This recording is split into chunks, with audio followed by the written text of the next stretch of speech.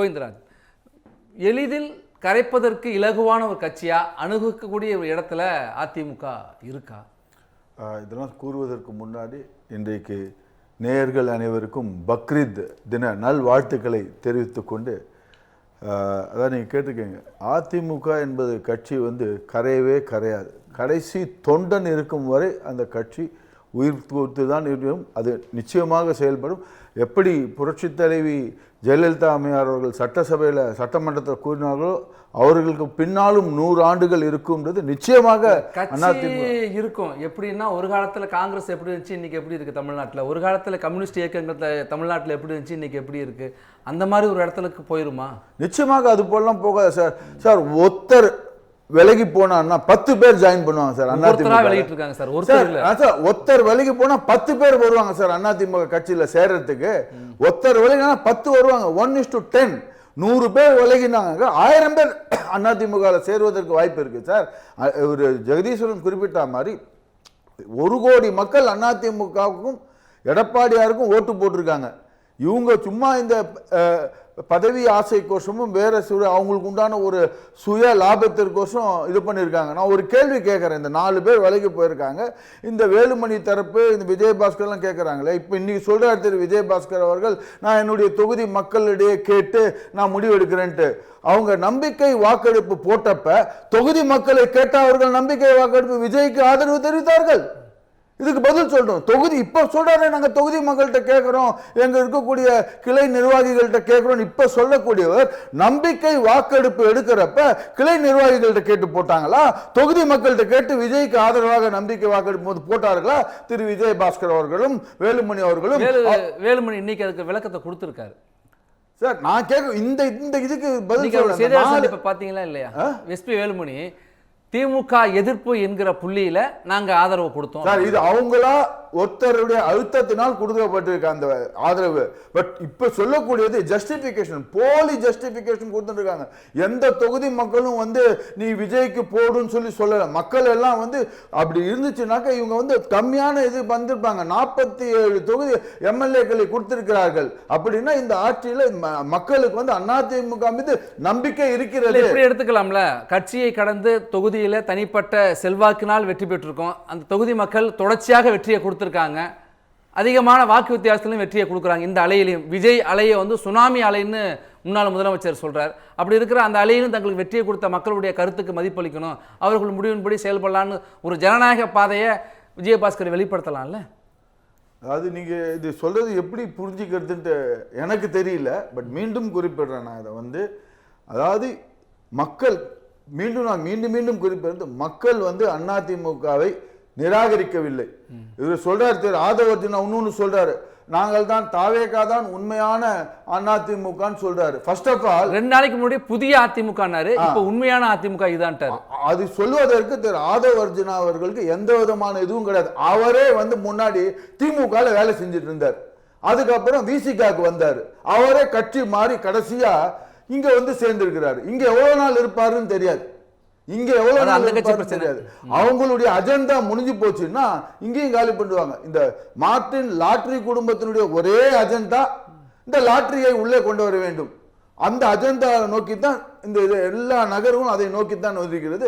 அது முடிஞ்சிச்சுன்னா அந்த இவங்களும் இந்த கட்சியை விட்டு இது பண்ணுவாங்கன்னு தெரியாது. அந்த குடும்பத்துல நீங்க சொல்ற மார்டினோட மனைவியை அதிமுகவில் சேர்த்து லால்குடியில போட்டியிட வாய்ப்பும் கொடுத்து வெற்றி பெறும் வச்சது அதிமுக. மிகப்பெரிய தவறு. நீங்க சொல்றது அதுக்கு பெரும் முரணா இருக்கு, நகை முரணா இருக்கு.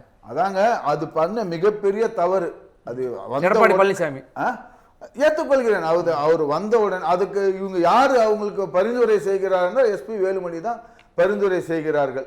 அந்த பரிந்துரை செய்த காரணத்தினால் எடப்பாடி பழனிசாமி அவர்கள் அவர்களை சேர்த்துக் கொள்கிறார்கள். சேர்த்து சீட்டும் கொடுத்து சுயமா முடிவெடுக்கலப்பா அவர். இவங்க அப்ப எஸ்பி வேலுமணி அந்த தரப்பு இவருக்கு அழுத்தம் கொடுக்குறாங்க. அழுத்தம் கொடுக்கறப்ப சரி அப்படின்ற ஒரு இதுக்கு அவர் தள்ளப்படுகிறார். இதுதான் நிதர்சனம். ஆனா திரு ஆதவர்ஜுனா அவர்கள் இன்றைக்கு வரக்கூடிய செய்திகள்லாம் பாத்தீங்கன்னா, யார் முதல்வர் இன்றைக்கு நிழல் முதல்வராகத்தான் இவர் செயல்படுகிறார்.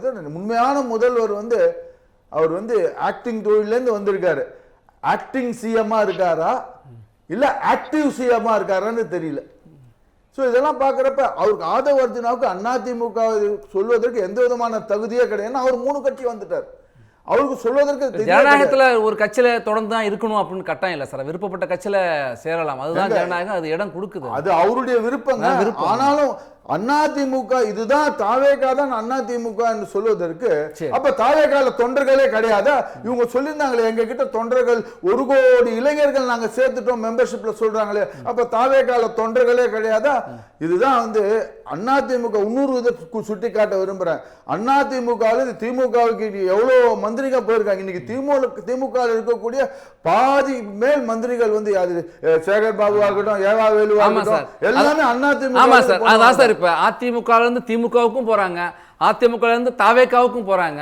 அப்ப எளிதில் ரொம்ப எளிமையான ஒரு கட்சியா உடைபடக்கூடிய தவறா புரிஞ்சுக்க. நான் என்ன இதுல இருந்து சொல்ல வரேன்னா, இப்ப அது வந்து ஜெயலலிதா அம்மையார் இருக்கச்சே இவங்க எல்லாம் போயிருந்தாங்க.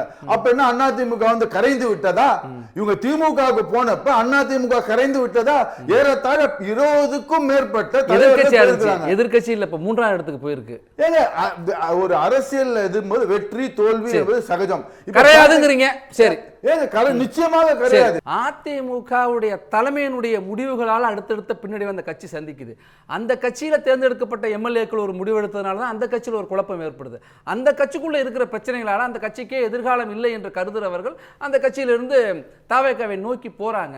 இதுல நீங்க தாவேகாவை குறை சொல்றதுல எந்த இடத்துல எங்க, அதாவது ஏதோ ஒன்று ஈர்க்கப்பட்டதுனால தான் அவங்க போறாங்க.